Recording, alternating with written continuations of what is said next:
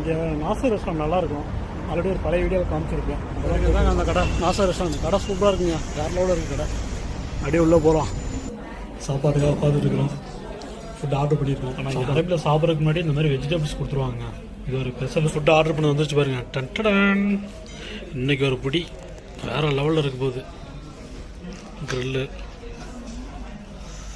தயிர் பச்சடி, மைனஸு, வெங்காயம், chicken biryani, pappadam, gravy, vegetables,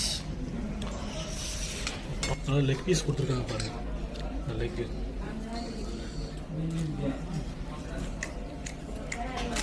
first class, வேறு லெவலு. ஓகேங்க, சாப்பிட்டு முடிச்சிட்டோம். எல்லாம் வேலை ஆகிடுச்சு. 54 வந்துருச்சுங்க. 54 கிராம்ஸ் பிரியாணி ஒரே சாப்பிட்டு முடிச்சிட்டோம். அப்படியே ரூம்